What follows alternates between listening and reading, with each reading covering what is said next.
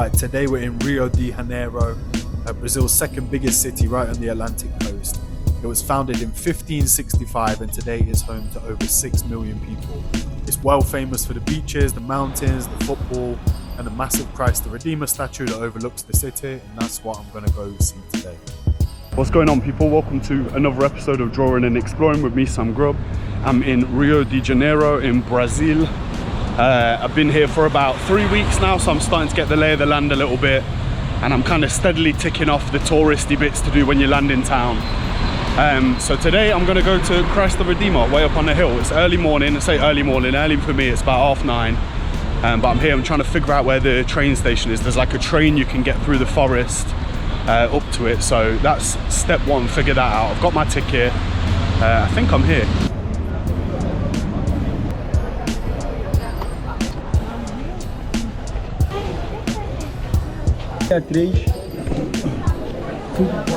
So it's a Saturday, it's a school holiday in Brazil, so the kids are off school for 2 weeks, so I knew it was going to be kind of busy. Not too bad. Pre-booked online, paid £35. I've got to jump in this queue here, but pretty much straight through at the box office, and the slot I booked was like between 9 and 12, was it, or 10 and 12 to go up. And on my ticket it says that it's 10 past 11 is when I'm due to go up, but they just let me through, so I don't think they're too strict on like, yeah, you have to be here for your slot, you know, obviously as long as you're not late, but I think you could come a bit earlier or something. It seems to be fine. Took about 5 minutes to get through. Hola. Hola. Gonna use it against go down, okay? This is the thing with being on your own sometimes, because I'm the last person in the queue. They say, oh, there's no seats left, so just squeeze on. So I'm literally the last person to get on the train, so not sure what the views are going to be like. Let's see.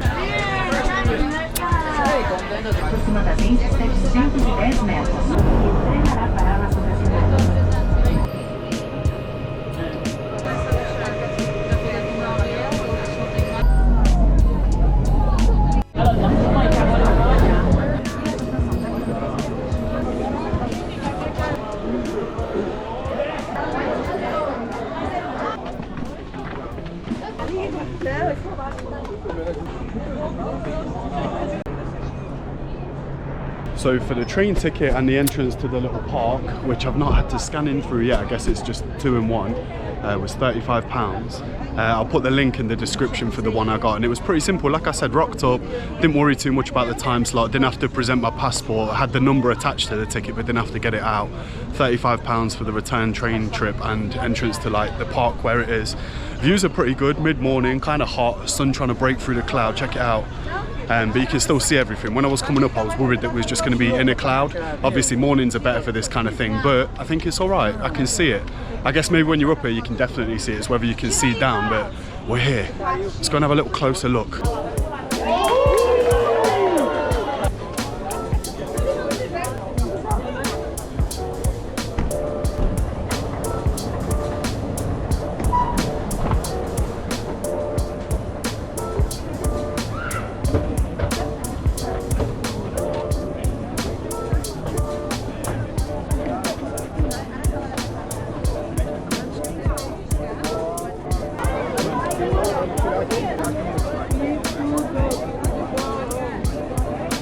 It literally feels like carnival.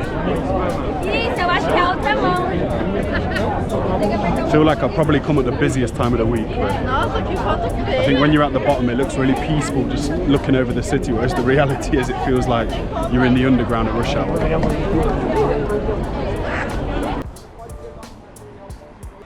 So you're probably wondering now why I'm just all of a sudden jumping on the back of a bike and we're no longer at Christ the Redeemer. Imagine this is probably like episode 50 that I've filmed, and I feel like I've been pretty meticulous with the footage. I've not been too bad in terms of backing things up and making sure files are safe, and when I've gone to edit this episode there's just a huge chunk of the files missing. So annoying. And I'm like, I was having fun, man. I was feeding the little monkey some of my banana and just chilling, talk about how many people were there and that. So as we go into the little drawing section, I thought, let me bring up my notes and just go over some key facts and figures that I missed when talking about Christ the Redeemer. So, like I said, firstly, it was rammed out. Oh yeah, we're going pen and paper today, by the way. This is the selection. A few little permanent markers, and we're just having some fun. But yeah, it was rammed out. Obviously, like I said, I wasn't particularly in season when I went, but it was still busy. I feel like it's just one of those attractions that's obviously always going to be busy. Everyone clamoring to get their photos and stuff, and it really doesn't look that huge when I was up next to it. I thought it'd be a lot bigger. Just my whole life, I always thought it was going to be massive when it's not really. So here's my facts and figures. It sits atop Mount Corcovado, I think it's pronounced, 700 meters high. So that's the mountain I was heading up on the cable car. The statue is only 30 meters tall. See what I mean? 98 feet with an 8-meter pedestal. So altogether like 38 meters. And the wingspan is 28 meters. So imagine almost like a square. It's around 635 metric tons. It's made of reinforced concrete with the outer layers covered in soapstone tiles, chosen for durability and a smooth finish. It was constructed between 1922 and 1931, and it was inaugurated in October 1931. The design, created by Brazilian engineer Heitor da Silva Costa, a French sculptor Paul Landowski, and a Romanian sculptor George Leonida, I think, who did the face. That's pretty interesting. It was listed as one of the new 7 wonders of the world in 2007. It's a symbol of Christianity, peace, Brazilian identity, and one of the most visited landmarks in the world. Millions come every year. And then I've got a fun trivia section. The soapstone tiles were hand cut by local workers, with some tiles carrying hidden inscriptions or names. That's pretty cool. It's been struck by lightning multiple times. Repairs are done regularly. I read about this. I think one of the hands is like massively refurbed. Yeah, including on the fingers and the head. And it was almost built with Christ holding a globe and a cross, but the outstretched arm design was chosen instead. So that's what's going on with that. Yeah, there's your little facts and figures on Christ the Redeemer. Looking at this drawing, we're just drawing the normal stuff, man. Little shadows, weird guys. Got some background noise. Imagine in South America, I feel like people just love having noise playing from their cars and stuff late at night. Same as when I was in Mexico, but yeah, every car that goes by, thumping music, doesn't matter what time of night it is, they're having the fun. Enjoying these fat little creeps. I wonder why this stuff ain't flying. I wonder why I'm not a millionaire, just drawing these fat, ugly little men and wondering why that doesn't work. But we're having fun, a little pyramid. I like these, you know, I've got this folder of originals, and when I do the pop-up shops, I'll have the folder of originals there, and the prints are cheap and cheerful, t-shirts are cheap and cheerful. I try not to rip people off. And then in the folder of original drawings, they're all things that I've poured over a bit longer, or they're versions where it might be like a print that I've sold a whole bunch of, and then the original, you know, pen ink drawing is in this folder. So they're all priced like, you know, they're not super expensive art, but they're one of ones. They're originals. So they cost a little bit more. But it's quite nice because over the years what happens is people will look through the folder, and if someone really wants an original, there's some that are like £20, £30, just little doodle with some of the first monsters. But then some of them are, like I say, a bit more expensive, and people will see some stuff in there and they're like, oh wow, this is really cool. I tell them like, oh, we can barter, you're not going to upset me or offend me or whatever, let's figure it out. And what I really like is when I let go of an original like that, and it costs a little bit more money, I kind of like that it's going to a good home. Someone's like paid, it's got value to it. They paid a bit more money for it. It's like they've seen it themselves. They love it. They want to spend their money on it. So as I've let them go, like some of them, it's been pretty cool. People are like, oh, my whole bedroom's orange and I'm going to get these 2 framed and they're just going to look super cool on the wall and blah, blah, blah. Some bigger ones, some A3s that have like flocked the nest and stuff. And yeah, it's a shame to see them go, but it's cool. The idea like selling a piece of original art to someone who wants to buy it, I'm into that. So this one here, as with, what was the last one I did? I did another pen and ink drawing like this, the Rio kind of postcard. I'm going to put those both in the originals folder. And yeah, they'll be at the pop-up stores. So if you do catch me when I'm selling t-shirts and prints and stuff, come and have a look. Come and have a flick through the original folder and you'll probably see this one in there. Just trying to fill up the whole paper. I like drawing like this. It only takes a few hours. It's kind of a fun workflow and just not really thinking too much about what I'm drawing. Filling in the gaps. I like to have the main drawings with the medium liner, and then I use the super fine liner just to go through, add a layer of detail. Kind of felt like when I recorded this as well, when I was watching the footage back, I was like, yeah, maybe I could change the angle a little bit. Not worrying about glare, and just get a little bit closer so you guys can have a better look. There's a couple of close-ups. Pool dog, God bless, at the bottom.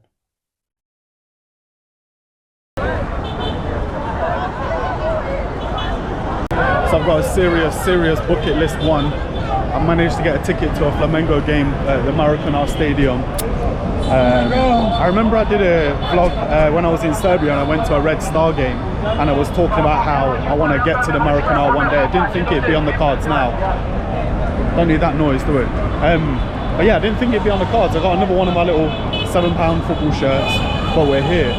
It's been the Club World Cup while I've been out here, so the Brazilian domestic football has been on pause, but it's started up again, and they're playing Sao Paulo, who are 14th in the league. I've got about, half an hour before the game, so I'm going to try and grab something to eat, but it's absolutely bonkers. People are pouring in, so I'm thinking I'm just going to follow the crowd. But yeah, Maracana, one of the most iconic football stadiums in the world, if not the most iconic. It was built in 1950. It originally had 200,000 seats, so it was a huge one. The record attendance is pretty much 200,000. That was back for the 1950 World Cup that was hosted in Brazil, the final, which they lost to Uruguay. It was renovated throughout the years, the year 2000, year 2014. The current capacity is about 78,000. And it's hosted the World Cup in 2014, the Rio Olympics, which was 2016. It had the opening and closing ceremony here, so real bucket list stadium. Can't wait to get inside. I'm not sure if I'm in the nosebleeds. I just kind of got the ticket that was available, but hopefully I think I kind of want to see the stadium more than the game, so I'm excited. And I'm gassed that there's a game on while I'm still here in Brazil, so let me figure out how we're getting in. They've got like a biometric face scanner thing. I've not even got a ticket, so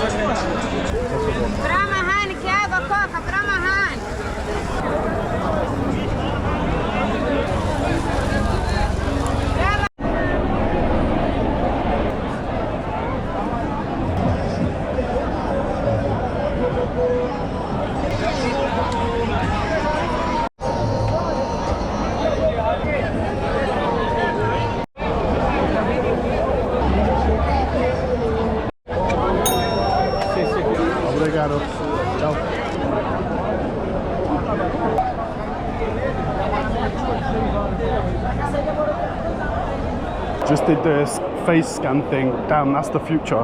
No ticket, imagine that.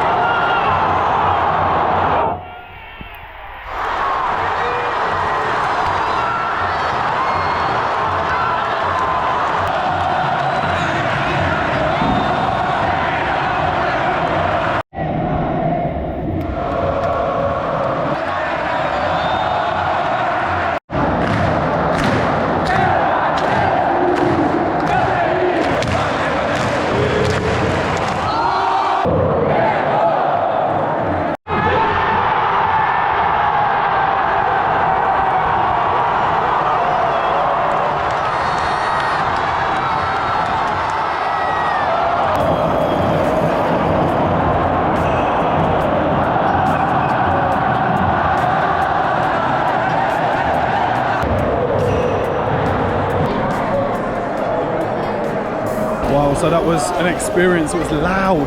About 70,000 people in there, huge concrete stadium, sound just bouncing off it. and these guys just didn't stop singing all game. I feel like Brazilians like to make noise anyway, and they love this football team. Everywhere you go, you're going to see Flamengo shirts in Rio. So real experience. 2-0. First goal was a dinger, curled into the top corner. Pretty cool to see a good game. I'm so glad as well that I got to go before I leave Brazil. What a blessing. But yeah, cool day, man. What a way to end the day. Big vibes. Probably gonna go grab some food, head back to the crib. I've been rewatching Lost on Netflix, and even though it's terrible, the first couple seasons is pretty good, and I've not seen it in years, so I think that's the plan for tonight. Stick Lost on, fall asleep. It's been a long day, definitely got the steps in. If you enjoyed the video, drop a like, drop a comment, subscribe, go crazy, whatever. Tell your friend to subscribe. I need all the help I can get at the minute, but yeah, I think right now I'm gonna head back to the crib. Tried to leave it a minute thinking I'll get an Uber, but it looks like a festival out there, so I might just get a drink here and kill some time. But yeah, I'm not gonna bother shouting out the socials, they're all below, so if you wanna follow the Instagram, follow the TikTok. Thanks for watching, guys. That's another episode of Drawing and Exploring. I'll see you next time.